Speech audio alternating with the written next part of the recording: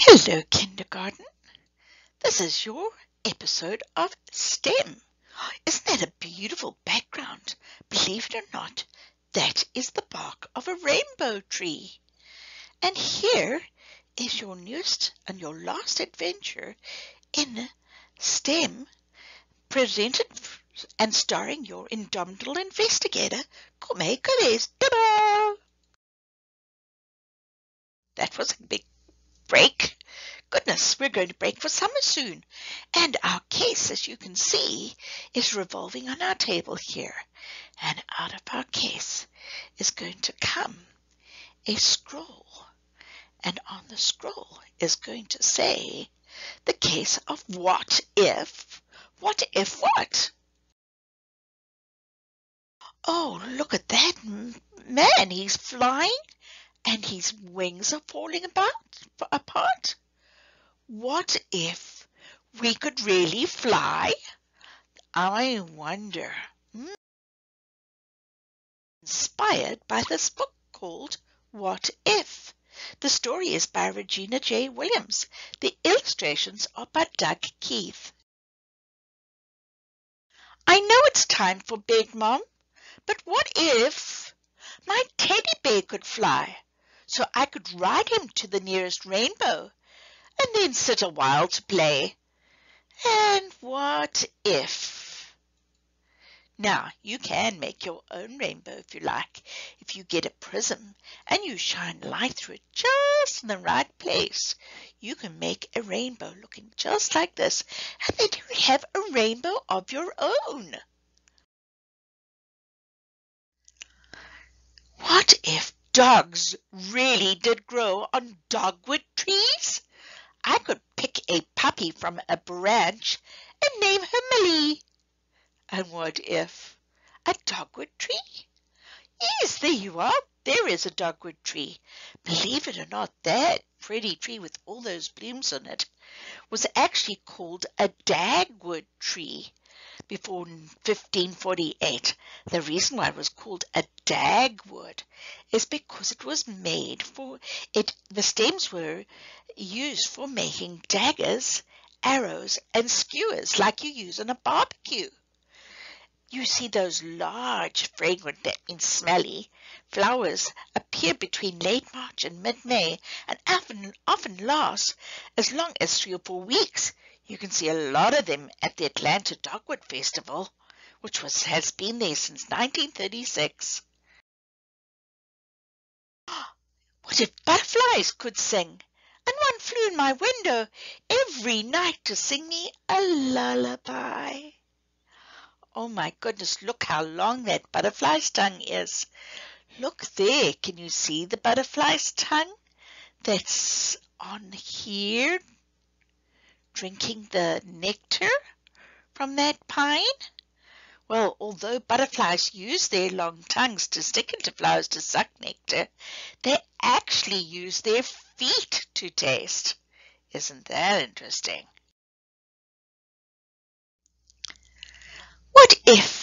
What if I had my own special garden where I planted candy hearts, marshmallow eggs, and chocolate Santas all in a row?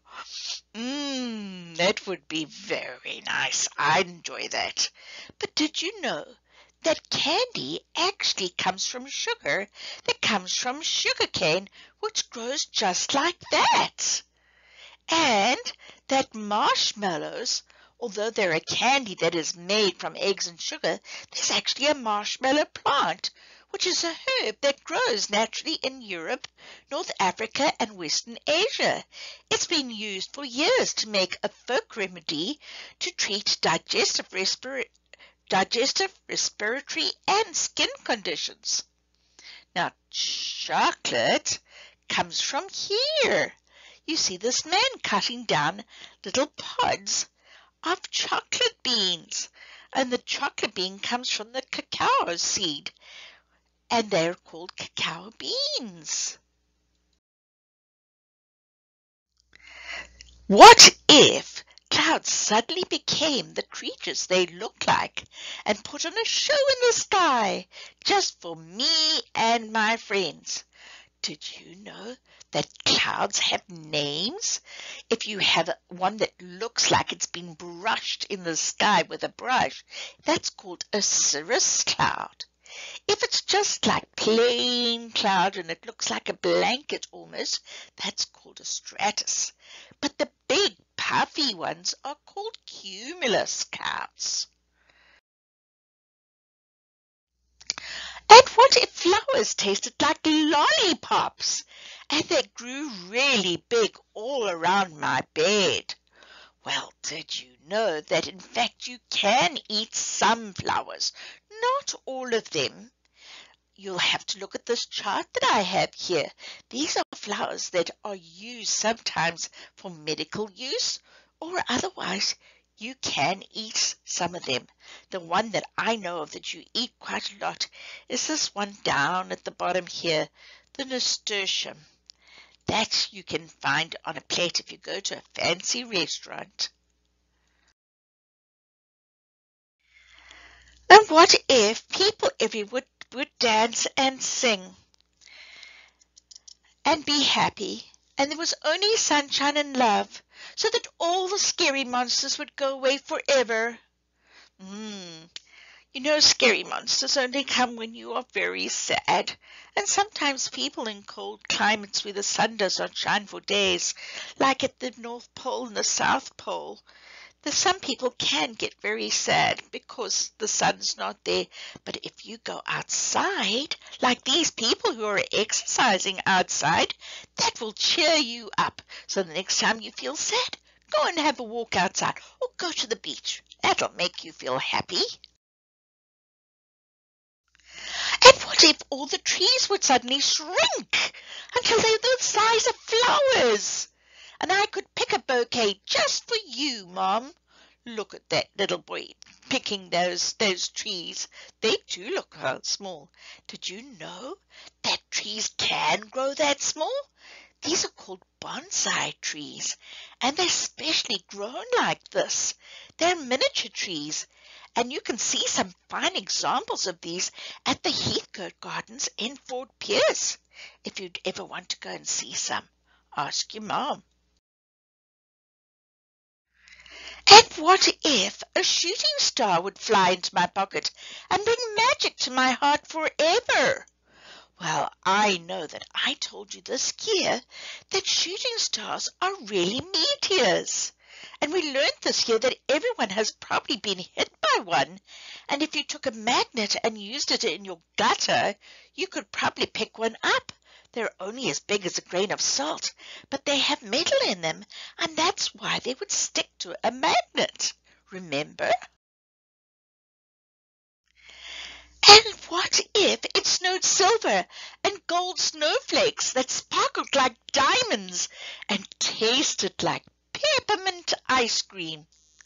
Aha, did you know that peppermint is a herb? I have some plants growing in my porch. If you grow a plant like this, you could make your own peppermint tea out of them, and peppermint ice cream maybe. And what if I made a big sea house out of clay? Then it came alive and splashed around with me in the bathtub. Well, seahorses don't actually swim with their faces out of the water. Seahorses only swim inside of the water. And in fact, they don't swim very far, so they wouldn't really be able to splash. They actually use their tails to cling to another seahorse, or they wrap their tails around some seaweed to anchor them.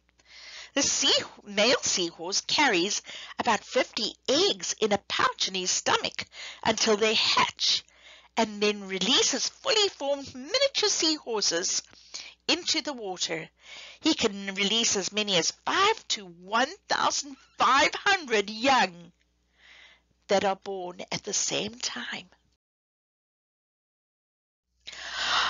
And what if I had a real kangaroo for a pet, and I could sleep in her pouch, and her name was Cornflower? Oh, I would love this. Look at this kangaroo with her little baby in her pouch. A baby kangaroo is called a joey.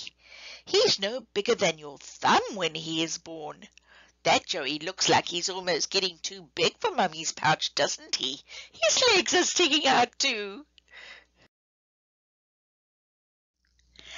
And what if I could raise my arms to touch the sky and make a special rain that would clean the whole world?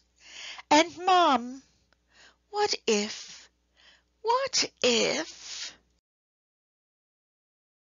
I had wings and I could fly through the clouds and now, my little angel, what if we turn off the light so you can turn on your dream light and dream your sweet dreams all night long?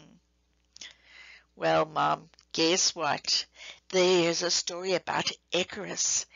Icarus wanted to fly into the sky as well. And his dad made wings for both he and Icarus. And Icarus didn't listen to his dad. And he flew up near the sun, and unluckily it melted the wax that was around his feathers, keeping it to the frame of the wings. And as you can see, they're all falling apart there. So that is a story for another day. I hope you enjoyed this story. Now, would you like to try and rescue Ecotopia? Well, you can when you play this PBS science game. If you go to PBS and you go to this link, I would like you to complete the game, and when you finish the game, tell me about something you learned. It is closed. Now you know. What if? I hope you have a wonderful summer vacation. Bye.